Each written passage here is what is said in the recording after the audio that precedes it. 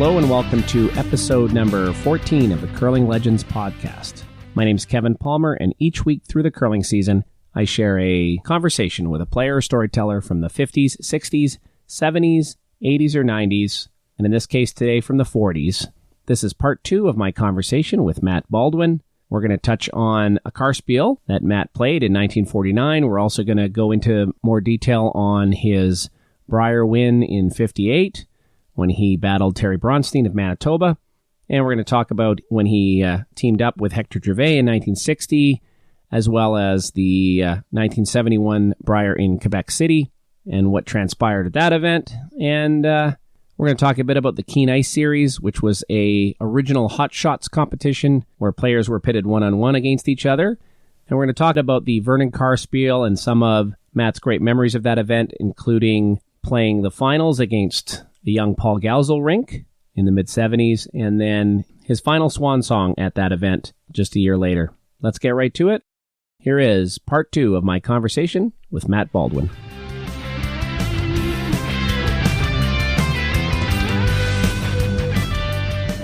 So you didn't think you'd have another one after 54. You go into 57, which, as we talked about, was phenomenal competition. Yeah. You win that undefeated. Did you think you were going to continue to go back? Again, you're focused on your other things in life, your business, and doing other things. You come right back in 58 and make it to Victoria. Was that a surprise then again, or was it another part-time curling season? Put the team together. It was kind of a surprise. Yeah.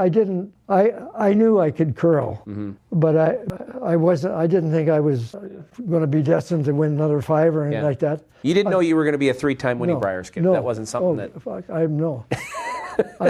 So the first game, I think you played Terry Braunstein. Yes. Was it in the first game? Which must have been fascinating because back in 54, when you were 27 years old, you were the young guy. Yeah. And now here you are playing a guy who's 18, maybe 19 at that point. Yeah, I think there could have been one kid 17.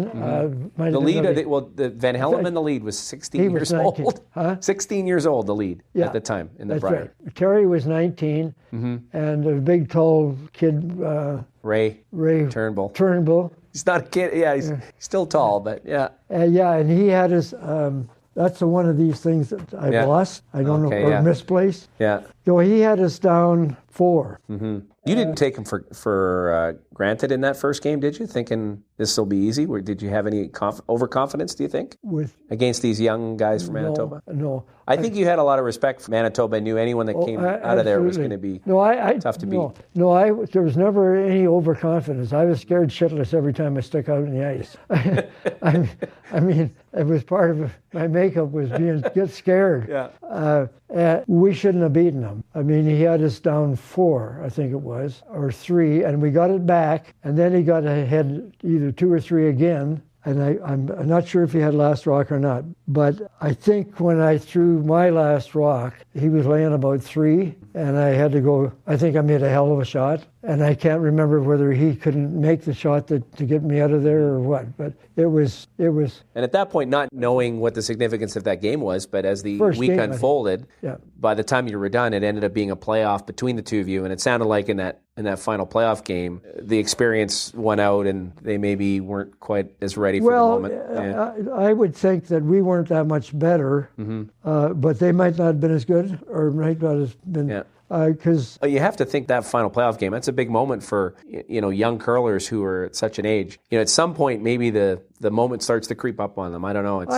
It seems to me that we didn't get anything fluky, but I think we got a 3-ender that put us up a couple about the 4th or 5th end, somewhere in there, and then it was kind of hang on. I would have played the last game but I knew if we both won that there was going to be a playoff.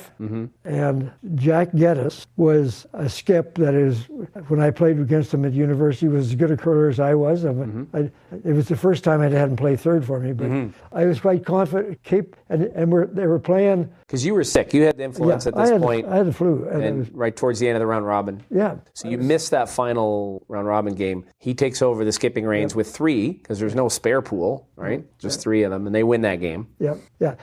I would have played it if we'd have, If that was the game to win, and to win it outright, you would have played it. Do you think maybe? Oh, absolutely. But you knew that Well, if we win this, we're going to probably have to play another one, and I don't think I can do it. Yeah, we had a game to play. If we know that you got to assume that Braunstein's going to win, okay? Yeah. So that means that we got to win this game, and if we win that game, we're still tied. We're both. And are you playing the next day at that point? No, you got to play it that night. That night, yeah. You got to play it that night. So we did a lot of soul searching on this.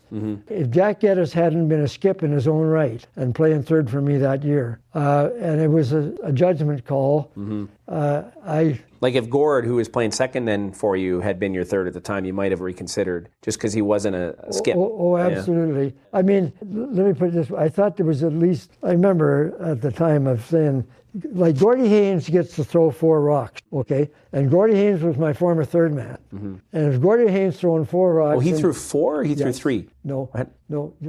Billy Price throws 2. Okay. Gordie Haynes throws 4? 4 because he's the second man. He plays the second. So that was the rule back then. It evolved into 3, 3, and 2, right? But no, eventually. Never. Yeah. And not even now. No. Eventually, it ends. You throw 3. The lead throws 3. The second throws 3, and then skip 3. Yeah. So I don't know if that was that in the time, or if that was. Was it 2? No. Well, anyway. 2? Yeah. The way it worked is if the guy that's skipping can't throw 4. Can't throw 4. He can only throw 2. Gotcha. Okay. So that's my third man's got to throw 4. So it goes down to Hainsey throwing 4 rocks. Yeah. Hainsey throwing 4 rocks. Who was your third from the previous 2 Briers? Yes. They've got a good rink. And they're playing the guy with the worst record, I think it was.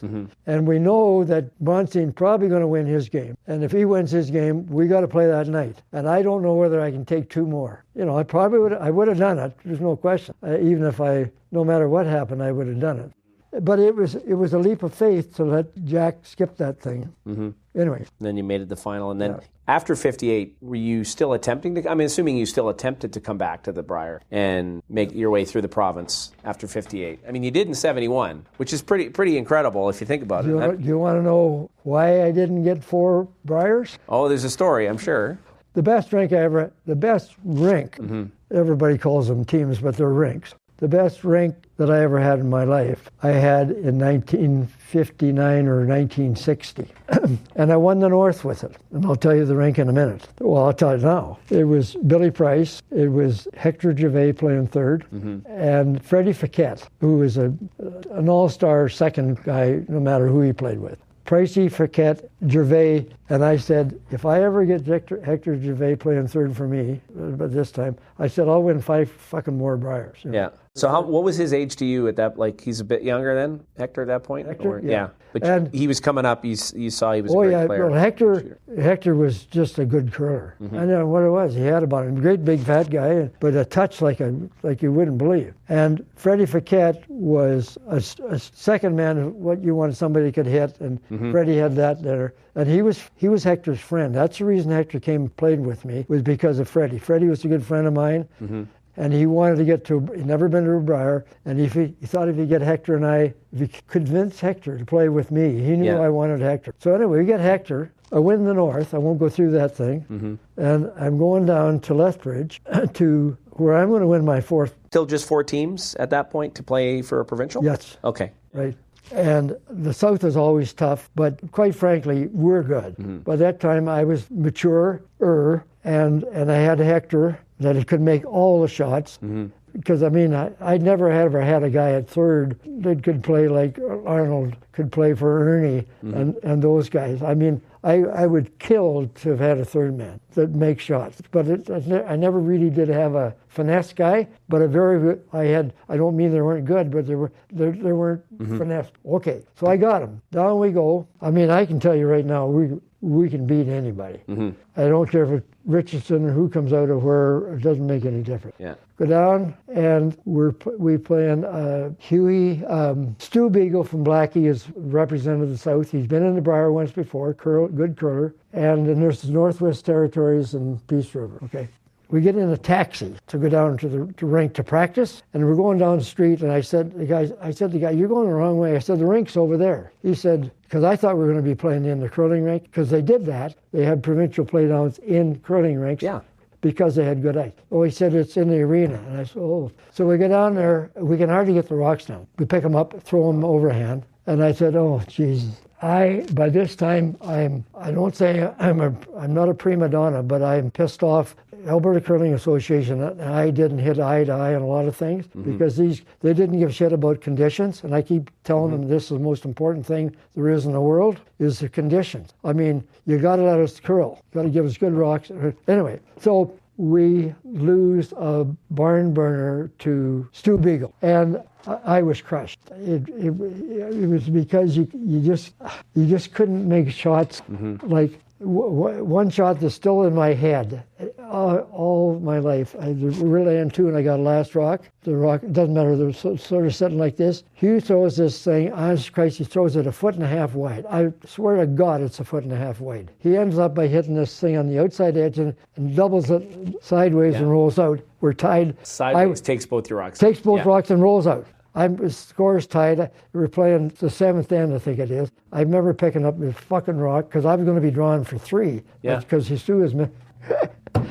And from there on in, I didn't play like Stu beat us. Yeah. In an extra end, I think it was. At this point, you're a little rattled. I was mad I was mad all the way through because I was mad because of the condition. I just wanted playing good ice. All I'm saying is, I was so pissed off, and my poor sportsmanship showed up. I wouldn't go to the banquet. Oh yeah. And they were mad, Bull Baldwins or whatever. I said, I don't give a shit. I mean, I came down here, the most important game of my life, and we got to play on this shit. I mean, I don't mean. These old guys used to say to me, because we always didn't have perfect, I'd say, try to make it. And they'd look at me and say, well, it's fair for one as it is for the other. I said, no, it isn't. Because I said, he can play a lot better on this shit than I can. Yeah. Anyway, so that was my... It's amazing how arena ice for the longest time was always the worst ice you were going to play on for years and years and years. I would have thought they'd have played it in their curling rink. Yeah. That's where I thought we were going to go to practice. And I'd been down to not a million, but about 4 or 5 Lethbridge sportsman's dinners or sportsman's spiels, and they had good ice. And anyway, I was really disappointed, and the bad side of me shows up when I'm a poor sport, And I said, okay, that's fine but I said, you take the most important thing in my life. I got the best rink I've ever had in my life, and you do this to me. You make it so that it's a goddamn crapshoot, So anyway. So at that point, losing that game, you didn't have a chance to. No, that was it. We eliminated the other guys, and we had just one single game. Wasn't 2 out of 3 or anything else. I'm just telling it like it was. I was a poor sport about it. I didn't like the fact that these guys would take it so flippantly about what we played on. That was so common, right? Very common. Oh, the idea being it's the same for everybody. I said I don't mind the fans, but I said that's all you're thinking about. I said we're taking the most important goddamn game or series that we have all year long. That we're going to the Brier. It's the whole thing we play for. It's our whole life.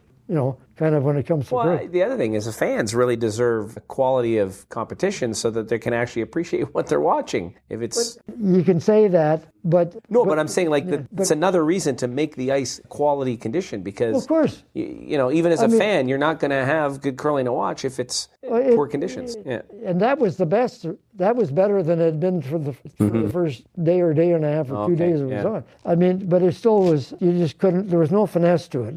You had to... So anyway, it was a long way of talking about Hector. Would I ever love to go to a Brier with him and that rink I had? Yeah.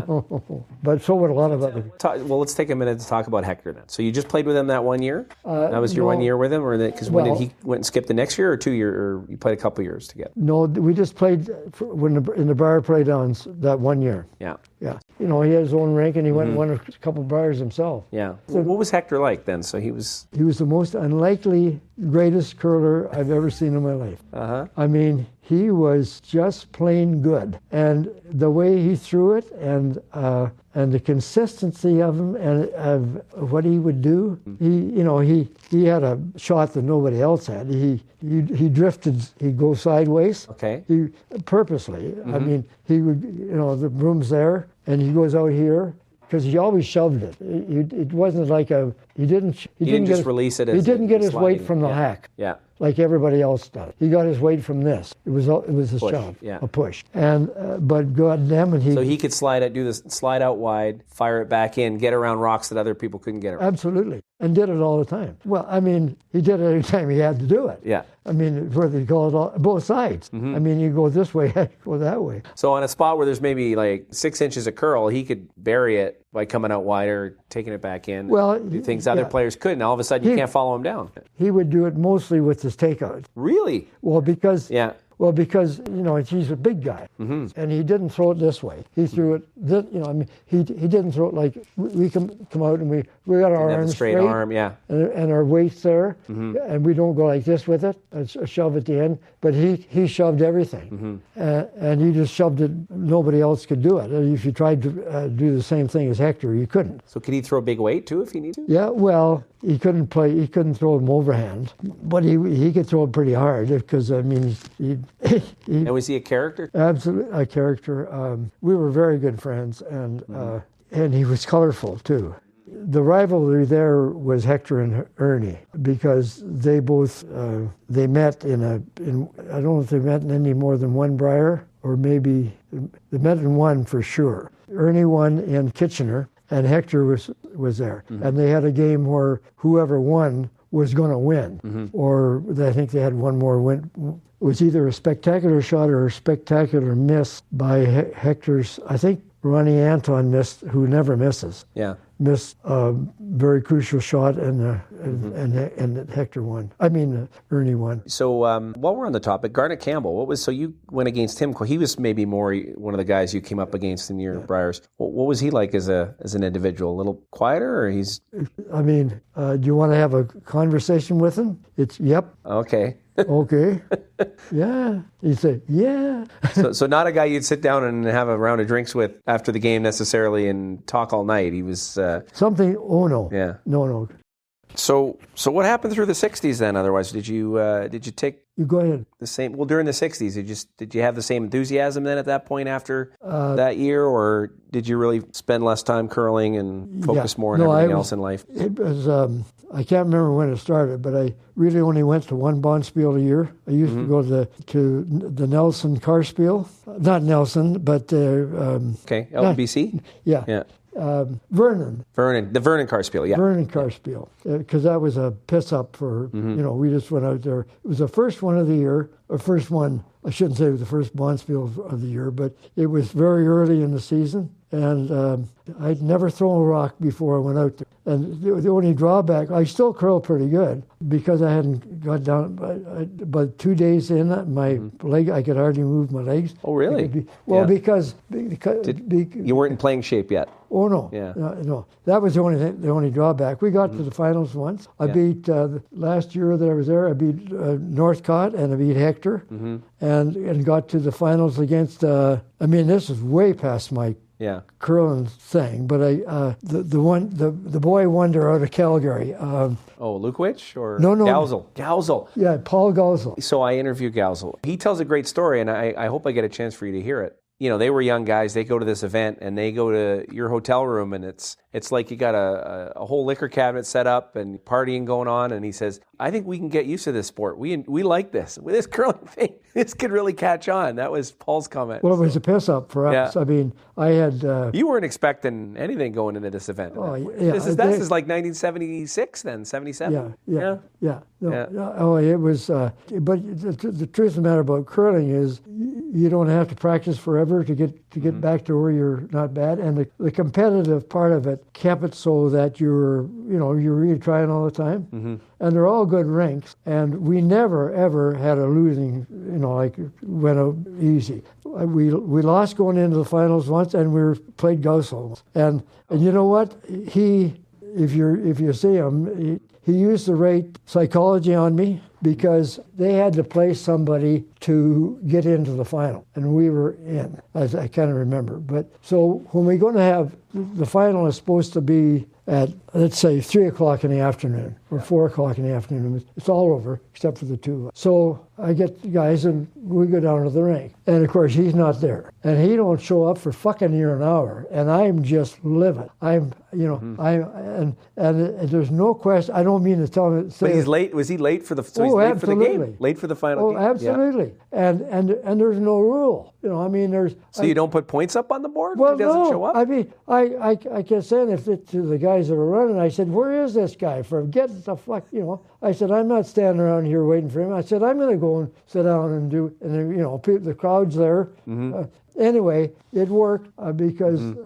So you don't think he was late because they had played earlier that day, actually. They had. Yeah. They had an excuse to be 10 minutes late or something like that. But be that as it may, and I don't mean that we would have, if he'd have been on time, we'd have won or something like that. But you at the time, whether it was true or not, felt like this was intentional. Yeah. It got you I don't think there's any question. I mean, he's not dumb. Uh-huh. I mean, he was a little unconventional, if you want to put it that way. Did you see any parallels between you as a young curler in your 20s, but sort of being against the old guard a little bit when you were young and you were the guy sliding and this type of thing? And Gowsell at the time was coming up, long hair and push brooms and kind of ruffling the feathers a little bit. You didn't see a bit of that? Let me put it this way. He hit the right button because I remember being really upset. I mean, not just kinda, because it's important. We were there on time, and we had qualified. Maybe I can't remember if he had an excuse because he played a game or what. But the guy shouldn't have done what he did. And so the organizers are there, and they're saying, "Well, we're going to give him more time." And I can't remember because normally you'd put points on the board. I can't. Right? At this type of event, that's maybe. Right. I can't remember what happened. All I remember is I was fucking mad. Yeah. I mean, and I was mad. Yeah. And I think what made me mad was I thought that he did it on purpose. Mm-hmm. There's no question that he wasn't curling. Yeah. I mean, he'd back at just about everybody's thing. I don't think he was eating because he did confirm he never ate very much when he played. Anyway, that was we always had fun and we partied all the time and we always had a pretty good record. So at that event, up until that point, you'd met Paul and struck up a bit of a kinship at all, or no, not really, yeah. Because I remember his dad was there that year. They weren't like, we were partying all the time. Everybody knew it. And we reserved the same rooms every year right next to the swimming pool and the hot tub. And Tommy... So you didn't have a room, you had a hospitality suite, essentially. Yeah. It was party time. And at that point, that's your only Bonspiel of the year. That's what you would do. Only one. Only one. I never practiced beforehand, and I was going to say what pissed me off was about the second day, I had cramps in my legs, and it made I had a tough time sliding, So let's go back just a little ways then. So 1971, though. Yeah. You make it back to a Brier. Was that quite a shocker within Alberta curling circles? Was this out of nowhere? What happened that year in particular? There was in between in there. I was starting to lose my interest in the game. I couldn't club curl. I mean, it just drove me crazy. The second end, I said, "What? I've been here an hour and a half." Yeah. I mean, so the competitive thing was the only thing that I enjoyed. I just didn't like. So I'm not sure what you said. So in 71, you make it back to a Brier, though. So something happened there that triggered a change where you'd sort of left the game behind a little bit, sounds like. And what happened was I got a hold of this guy by the name of Tommy Kruger. And Tommy was the guy that went to, and he was a pretty good curler. He wasn't Ron Anton or anything like that. He was Tommy. And Rick Cust, I don't know if you ever heard of Rick Cust. He came out of Coal Lake, and he won the North one year. And he was a kid with got right down on the ice and slid, and he was a pretty good curler. And I happened to say to him, would you think if I put a rink together to give this thing a whirl? And he wasn't going to do it, but he finally said he would. And so I got a Tommy, just play with. I didn't expect to go anywhere. Yeah. I really didn't. But I could still curl. I mean, so somehow we fluke the deal, and we go down to Calgary, and I can't remember how it went with the other guys. Playdowns at this point, the provincials are a little bigger. There's more teams at it, right? It's not just a 4-team playoff. Yeah, well, I can't remember there being anybody but except George Fink. Okay. George won the South. So maybe it still was just a few teams then? So it was still just 4 teams, you recall? Well, I don't even remember the other guys. Yeah. I don't remember playing another game. Anyway, we played George, and he had a better rink than I had. But in the first game we had, and it all comes down to one end, and I can't remember how it all worked. I remember saying to Tommy, just do what I tell you to do. Don't worry about what I'm doing. And we got 5 on them, okay, in the middle of the somewhere around the 5th end or 6th end or something like that. And we nursed that sucker through until we won. Just held on. Right. Just a minute. I've got to get this straight. No, that's the last game. We played them on another sheet of ice, and we had a hell of a game. And I made a couple of ones that I don't make very often, from the outside into the 4-foot, that sort of thing. He beat us. It's 2 out of 3 again. Okay, that's it. I'm having more trouble with this one. But than all those other ones from further back. Yeah, because my mind was... We play him at night, and he beats the first game. 2 out of 3, I guess. Yeah. So I go back with my Calgary friends, and we go to somebody's place and just get absolutely smashed. Just, Yeah. I mean, up all night, yeah. All night. I remember getting in this car, the host taking us to the rink the next morning, and it's starting to come back to me now. I can understand why some of it's maybe a blur. Yeah, we got to beat him two games. Yeah, because he beats us. Yeah. And you've been out celebrating the night before. And I remember kids saying to the guys, all we got to do is beat him twice. Some my drunken whatever. I certainly didn't go back and say to everybody getting. So we party until whatever, and we go out in the morning about 11 o'clock or whatever it is, and. I made one shot. I played a shot from the side where I rolled in and froze on one he had in the 4-foot, and he can't get to it, kind of thing. But it wasn't the end. Anyway, we win that game. Yeah. And I can't remember anything more than that one shot that probably frustrated him. You made some shot that. Well, yeah. And George doesn't come out of a big end. George, and I don't blame him, doesn't take losing easily. So we play him at night for the final game. We've each won one game, and that's it. And during about the 5th end, I get a 5-ender. And we nurse that through until... Anyway, we end up by beating them by...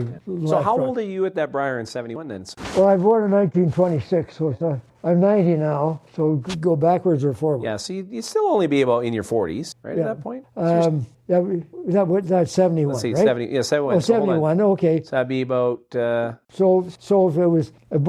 So 66, I'm 40. Yeah, so you're 45. I'm 45. 45. Yeah. Yeah. Which really, if you think about it, going back to your early Brier experiences in your 20s, that was probably the general age to skip. But yeah, I think for a lot of people, they probably felt like, geez, how did Matt Baldwin get back to the Brier in 71? Yeah, well, He's semi-retired probably was what a lot of people were thinking. Yeah. Well, what happens is I was the bridge between the old guys and the new guys. I mean, I got the thing that they sent me of all the prior in a plaque of Brier winners until 58, and everybody else is old except for Garnett. Garnett Campbell, Garnett's picture's in there too. Yeah. Oh, that photo with everybody. Yeah, no, it came out in 55 because Garnett's 54 and Garnett's 55 and I was 54 and everybody else. I've been the oldest living Brier winning skip for about the last 30 years. I mean, it just the big bridge between the young guys and the old guys. And now I'm the old guy. Up until Does that picture look familiar? Yes. Yeah. That's a 50th anniversary. Mm-hmm. And there's me, Garnett, Ernie, Hector. Yeah. There's Billy Rose. Where's Ken Watson? He's which one is he? Somewhere, yeah. Anyway, I think he'll be the one sitting down here. Mm-hmm. But yeah, that was held down east, and they brought all of us guys back. I mean, 90, just about everybody. There's Ronnie Northcott there. Yeah. Yeah. Eddie Lukowicz.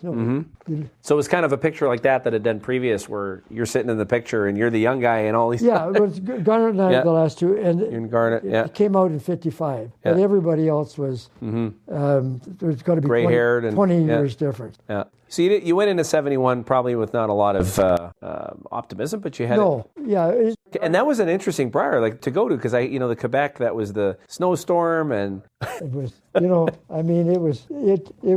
was bizarre. What happens was you got a guy going into the Brier that year not figuring he's going to do anything. Yeah. But I finally got Rick Cust and to play, and Reggie's just my ordinary lead. He can, he's a club curler. Yeah. Anyway, and we get down there, and Tommy Kruger, his dad had said about 20 years earlier, the kid just craves entertainment, and all he wanted to do is party. And Rick, Kruger, his son, said about his son. And Rick Cust had some French connections. Okay. Yeah. Uh-oh. So, and he was, I remember, he has his French connections. It's something we could have done okay at, okay? Yeah. But I don't know if you know anything about this 71 Brier, about the rocks or not. I've heard all sorts of stories. I've talked to a number of folks and still have more to go. But it was an interesting Brier. I mean, it ended up with... The rocks... That's the one that the Pee Wee Pickering could have won fairly... he beat... he lost a couple of games against teams he probably should have lost, Quebec in particular. What's his name from Manitoba won? Yeah, Dugan. Yeah. Doogie, and he won the year before too. But the point was that the rocks were not just terrible. You cannot believe how bad they were. I mean, this actually happened. This is the ones they sharpened, right? Herbie Olson. There were the old DCA rocks that were falling apart anyway. They had DCA written on, which meant Dominion Curling Association. They've been using since 22 or 5 or whatever. It doesn't matter. The rock is a rock is a rock. But he just really fucked up the bottoms of these things. And they would actually do this. They would go. So they would actually almost move like a spinning top that actually will go backwards and forwards and backwards and forwards. Yeah. I mean, you could not. I started bitching right away, but everybody, the old guy said to me, "Well, it's fair for one as it is for the other." Yeah. And I said, Hadn't fuck changed. You guys. Hadn't changed in 10 years, that line. I just absolutely raised shit all week long. I was so mad because I had a chance. I mean, it wasn't a bunch of heavy hitters that were in there. I mean, if I could beat Doogie, and I know I can beat Saskatchewan, Pee Wee, I mean, on a good day I could. And Doogie is, they had a good, but that was the nuts and bolts of that thing. I just about went out in the middle of the night, and if I had one more drink, probably, and went to go to a curling club, take eight, because we knew what sheet we were going to play on the next day. Yeah, I was going to go and get those 8 curling rocks, put them on my fucking sheet, because I wouldn't have given a shit what the DCA did to me, taking the game away from me, and played. I killed him. It was that frustrating at that point. Well, you something that you'd make a shot with. Also, something you think about maybe later in the evening after you've had a few too many. Like you say, you thought better of it and didn't do it. But logistically, it was going to be tough to do. I mean, in between drinking. Yeah. Well, and I hear it because with the snowfall, it wasn't easy to get around either. So it might have been a bit tricky. So after Tuesday, because we had played 4 games, we won 1 and lost 3, I think. And I knew that this was an uphill battle and we weren't going to make it. I went down to the front desk and I said, have you got any suites in this place? It was Chateau Frontenac. Oh, yeah. And the girl said, not right now, Mr. Baldwin. I said, well, phone me if you got one. So she phones me back about an hour later, and she said, you won't believe this, but she said, the only one we got is the heavy, there was a name for it. And you had to knock on it had two doors that opened into it. Was it like the Prime Minister suite type of thing? It is the most unbelievable suite in the Chateau Frontenac. Yeah. That's the oldest hotel, okay? You walk in down an aisle to the thing at the end. 2 doors and open up. And on this side, there's bedrooms, 2 double beds on each side, or whether the doubles or not, but there's 4 beds anyway. And in there is the party room. Yeah. And from there on in, there were all my guys from Edmonton. I got a bill for Chateau Brion sent up to the room. It cost me something. Oh, it was, but anyway, for the rest of the week we partied. Yeah. And I said, fuck it, that's the way that... Yeah. I'm here, I'm going to enjoy it. Huh? I'm here, I'm frustrated with the conditions, but I'm going to enjoy it. Yeah. Yeah. And I think we won half our games. We were 5-5. Yeah, 5-5. And what is it? Tell me the story about the Baldwin blackout. Okay. Well, before I do that one, you remind me of that one. So the bar's over, just over, and I'm standing in the lobby or wherever it was, and this guy comes up to me and he said, Baldwin. He didn't call me Matt because they didn't. He was on the committee from Newfoundland. Baldwin, I want to talk to you about something. And I said, yeah, okay. He said, I'm such and such, and he said, I'm on the bar committee from Newfoundland, and he said, we're going to have the bar there. And I said, okay. He said, you have been making an awful lot of noise all week long. He said, about the rocks. He looked at me, and I could have hit him right now. He said, is it because you didn't win, or is there some truth to it? I said, you're going to use the rocks next year's bar? And he said, yeah. I said, how are you going to get him over to Newfoundland? And he kind of looks at me kind of funny, and he says, well, what do you mean? I said, you got to get him from here over to Newfoundland. I said, how are you going to do it? Well, he said, we'll put him on a train, and he said, we go down to some place, and he said, we put him on a boat, and goes over to Newfoundland. I said, you put him on the boat? And he said, yeah. I said, as soon as you get out in the water, I said, sink the son of a bitch.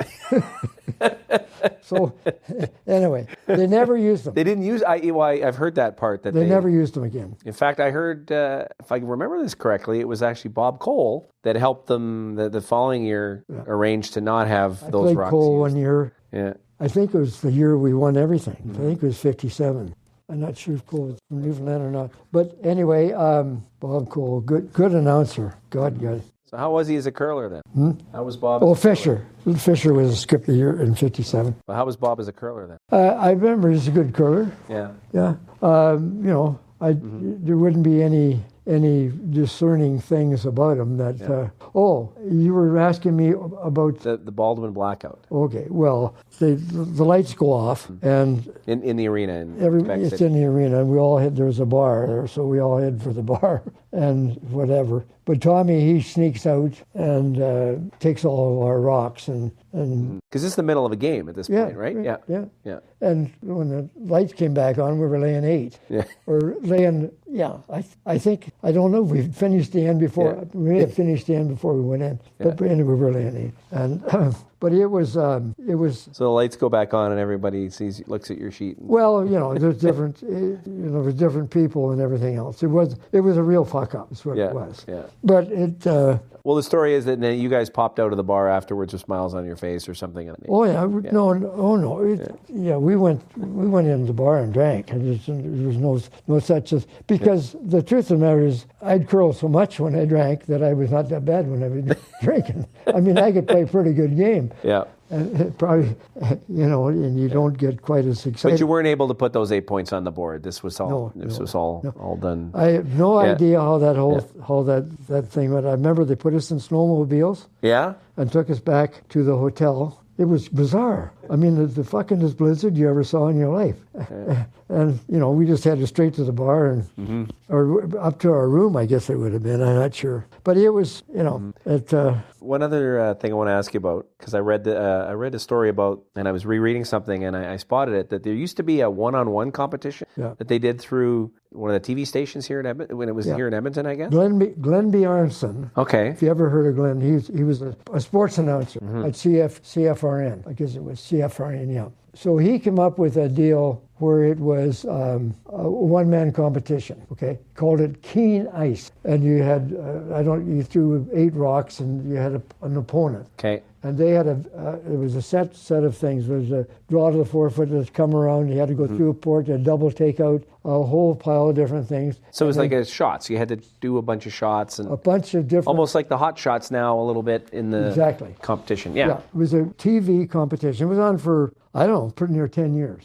But it was one-on-one. And for the first year, we didn't have any sweepers even. But there's no there was no crap on the ice, but without sweepers. But after that, they allowed to have everybody have a sweeper. So it was 1-on-1, and they had over the years they had Ernie come in and all the heavy hitters around town and all that. Yeah, I think was Garnett Campbell came in for that too, everybody even had a guy from North Dakota, the United States champion. One year, I think his name was Zabatnik or something, Joe Zabatnik, okay? Yeah. And he thought he could curl. But anyway, we showed him. And what years was this? So what years did I'd have to look at the trophy. Anyway, it was 1-on-1. There was no smoke or mirrors. You're either better than the other guy or whatever, you want to call it. So I won it the first 5 years. And I read 6, actually, but it was 5. Okay, do you remember? Maybe it was 6, yeah. It was 6 years. And then he paid me the greatest compliment that you can play a guy. He said, you can't come in next year. They said, would you kindly please not enter? You can't come in next year. Yeah. So then, but can you imagine that, let's say Tiger Woods wins the Masters 5 years in a row, and they say, you know what, Mr. Woods, if you would kindly decline from coming to the event just so someone else could win. Well, I thought, hey, that's okay. Yeah. So you said, okay, I guess I won't go. Well, I couldn't. They wouldn't let me. And so I thought, that's not bad. I mean, here we are 1-on-1, and you do it, and you didn't do it just one time. It went on week after. He had this thing going on for a dozen weeks or something like that. So they gave me the trophy and put it in and they started with another one with doubles. So they started the one with doubles, and I won that until they quit. I remember I had a friend they used to have this on television, and I had some rigs up in Fort St. John, and he said, we get that stupid curling program up here. He said, is it live, or he said, is it canned? And I said, it's canned. I said, they shoot a lot of it, and he said, could you tell me if you win or not? I said, sure.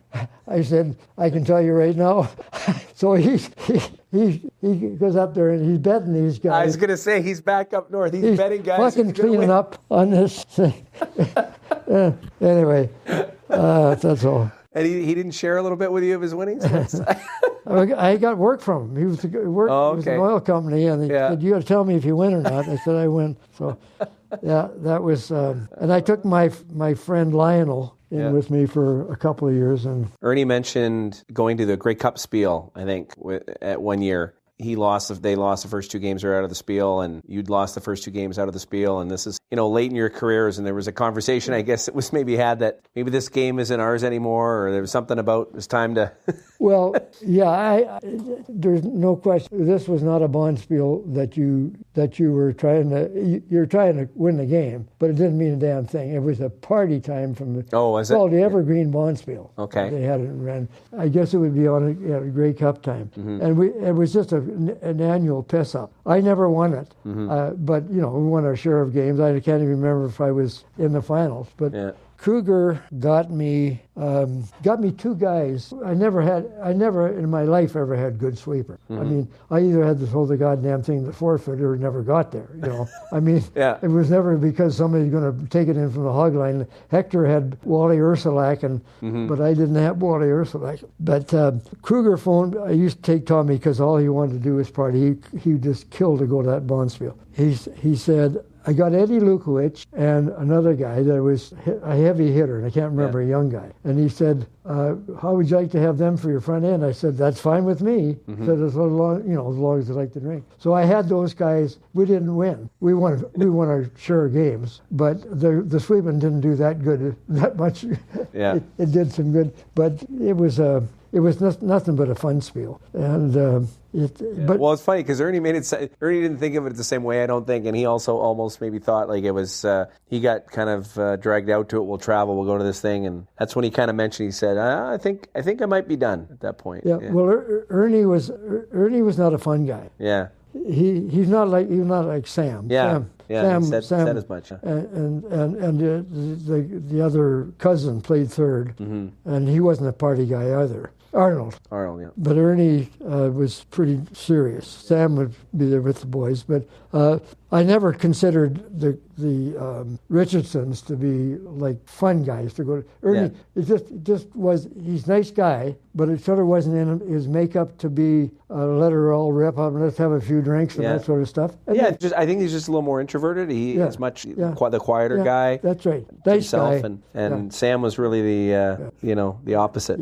Yeah. And then what about Ron Northcott then? What was Ron like then? Ron was when I quit cold turkey at the that one at the Grey Cup. No, event. The one at the Carspiel. Oh, at Vernon. Yeah, that's the last thing I did. You quit curling cold turkey or quit drinking cold turkey? Well, I quit curling cold turkey. I mean, I never curled before. Even when I went there, I never curled before or after. Or after, yeah. I did. That was just it. So what was your last one then? The year that I get in the finals with what's his name? Gowsell. Yeah. I said to the guys, I think maybe I might not come next. I think this is it. Mm-hmm. And he said, "Would you come one more year?" Mm-hmm. And I said, "I'll come one more year if I can have fun." And he said, "Well, what would that mean?" I said, "Well, I said it would probably mean that I'd have to get 3 guys that would drink with me." Mm-hmm. So I got, I think it was Northcott, it was Garnett Campbell, Pee-wee Pickering. Okay. Anyway. So this was your all-star team for that kind of I said, and we're just going to, what we'll do is we'll take turns skipping. I played third a couple of times, and we're just going to party and drink. And he said, that's fine with us. Mm-hmm. So that's what we did, and that was my swan song. Oh, okay. Yeah. And for those guys too? Yeah. I imagine? No, it wouldn't be for them. Yeah. I might have been, I don't know what Garnett and those guys did. I don't think Garnett ever quit until he was, it'd be between him and the binder twine or Stuke or something. Garnett had trouble having fun.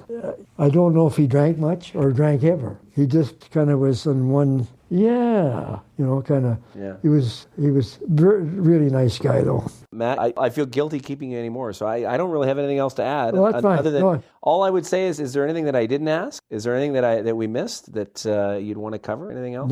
No, I don't think so. We covered when I finished growing, the last that last game at Vernon Carspiel. Yeah. That was it. The last with my rink, the year I got into the finals, I beat both Northcott and Hector in that same spiel. So those are 2 guys in my province that I was happy that I ended up with the last game. No, that's it. Yeah. It's been a Walter-Mitty as far as curling is concerned. It was, unreal. When I was going, one thing I didn't tell you, because why would you? But when we were going to university, there were some good guys at the university. Jack Geddes, the guy that played third for me one year and was at university. A guy by the name of Jack LeBeau, who had played third for a guy in southern Alberta. A guy by the name of Howard Palmer, won a Brier one year. Mm-hmm. And Jack was there. And a guy from, doesn't matter what, I can't even remember the other guy's name, but there was Carspiels. And I said, how would you like to go into Carspiel? And we're still going to university. They said, well, both these guys were skipping in our thing league. And Jack Geddes was kind of a stubborn guy and thought he was better than anybody, but he wasn't. So I said, well, okay. I said, we'll do it this way. I said, I'll start out skipping, and then we'll take turns. Because there was, in the Carspiel, you had about 3 events to qualify. And you went through and you won, and then they took the winners out of those, and then they had 2 round robins of 5 teams each. And those 2, after the round robins, you went into the final. Anyway, I said, somehow I got to be the first skip. And we never lost a game until we qualified. Mm-hmm. And then we went into the round robin, and you heard of Frenchie Demour. Frenchie Demour won a Brier twice out of BC. And he was still curling well and everything else. And he was in our section. So we play Frenchie. We're one of the ones that qualified to go in this thing. We have a game against Frenchie Demour to go into the final of the Carspiel, and we are 2 down coming home with the hammer, and we lose. We didn't even get to the next round. We just got to 1. But that was still when I was in university. I mean, and it was played at the Garden. The only reason I bring it up is that would be 49. So that's a moment when you probably felt, that you were pretty good. You probably had confidence going into it, maybe coming out of it. I can honestly say I never dreamt that I would ever get to be end up with what happened. There was spots that showed me that I could play the game. Yeah. I knew that I was not just an ordinary. I could hold my own with anybody if you gave me somebody in front. And as I said, it was a little tougher after I got out of university because I had a business. You couldn't. The curling had to come through the club curling and that sort of shit. Yeah. And that's what I ended up with. Was a selection of club rink curlers when we went into first Brier. Yeah. No, it's been Walter Mitty all the way through, and I've even outlived Garnett, and I haven't. And Ernie's 5 years younger than me. I wanted to show you one game, just one, because it's my friend Garnett. I just bring 57. Oh, yeah, it's 57. 57, 54. Yeah, it's 57. Yeah. So, because it's probably the best, greatest curling game I've ever been in my life, as far as what we're playing Garnett, and they're as you know, they're 12-end games. So we go through and we're whatever, it's 4-3, and we finished, and they're 10-end games. I mean, they're 12-end games, and now they're 10-end. So at the end of 10. Garnett's going to win this game. He's up 7. He's up 7-4.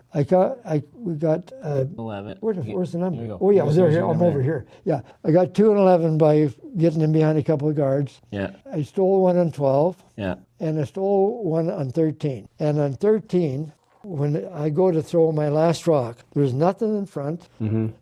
They got a rock here, and this is the forefoot, and they got a rock at the back of the forefoot, and they got a rock over here. Yeah. Nothing in play. I came down, and I froze on the front. Oh, there wasn't a guard in sight. Yeah. Nothing. Mm-hmm. There's nothing in front. But at the back of the forefoot, was about this far in the house, and one over here and one over here. And I went down, and I froze in front of this fucking thing. But it's not perfect. It's enough. It's off center by about this much. And if Garnett was a takeout guy, he'd have thrown a runner at the fucker because he's got these two out here. Like a lot of guys from Saskatchewan, generally, right? Yeah, but absolutely. But that wasn't really his game. It was froze pretty good. Yeah. I mean, it wasn't, you don't dare hit it on this side, or you ain't going to go anyplace. Mm-hmm. So he comes down, and he can go right, if he comes to the front of it, he's shot. Mm-hmm. And all I'll say is they kept sweeping it all the way down, and it didn't come. But a lot of, like Pee Wee Pickering in that situation is probably running that. Yeah. He's going to hit it, right? Yeah. Pee Wee knocked the shit out of it. Not Garnett, because Garnett didn't have a high hard. It's fascinating, right, though? But because Saskatchewan is so much known for the guys that threw the high hard one, they probably hit more than they should. Except for Garnett, yeah. Garnett was a draw guy. He'd kill you when in round and doing all this other thing. Yeah. Anyway, he's quite capable. If he freezes on the front, if he comes to the front of it, he's shot. He's going to be right on a hot pot. Mm-hmm. And anyway, they measured it, and we were shot by about that much. And one. And that was a Brier. That game was the. Well, that was about halfway through. A little bit better on. But I'm sure when you went to a lot of those events, you sort of knew... Game number 5. But you knew who the teams were. It's the same as the Brier now, right? You knew who the strong teams were. You knew who the weak provinces were. And you sort of knew on the schedule, these are, I'm playing Manitoba, I'm playing Saskatchewan. Well, I mean, the thing went, and I keep, for the 14th time, I didn't lose a game. And they had good rinks. I mean, this was a good Brier. There's Red Stone, who'd won the Brier twice. Hollywood Jr., no pushover. Yeah. Donnie Duguid and Lauren Duguid are playing lead, second. And Bill Sharp, who was supposed to be the best third man in Manitoba. Anyway, that's that. Enough of that. That's something else. Yeah. Starting to go. Your voice is, I think you did a hell of a job. I'm amazed. I really am amazed. All right. Well, thanks for doing this. Did you enjoy it? Yes, I did. Great. It's very. The reason I enjoy it, and probably right where Ernie would enjoy it, is because it's not very often that you aren't boring somebody when you talk about your curling, and you start. At least I can tell you when I thought I did something good, and what I did there when I drank, and every guy said, "Well, why the fuck is he telling me that? I don't give a shit what he did." So you could. So you want a Brier? Who cares? Yeah. And so, but with you, you can tell you what you're actually thought about when those things happen. No, and believe me, there's a lot of people that are interesting. It's yeah.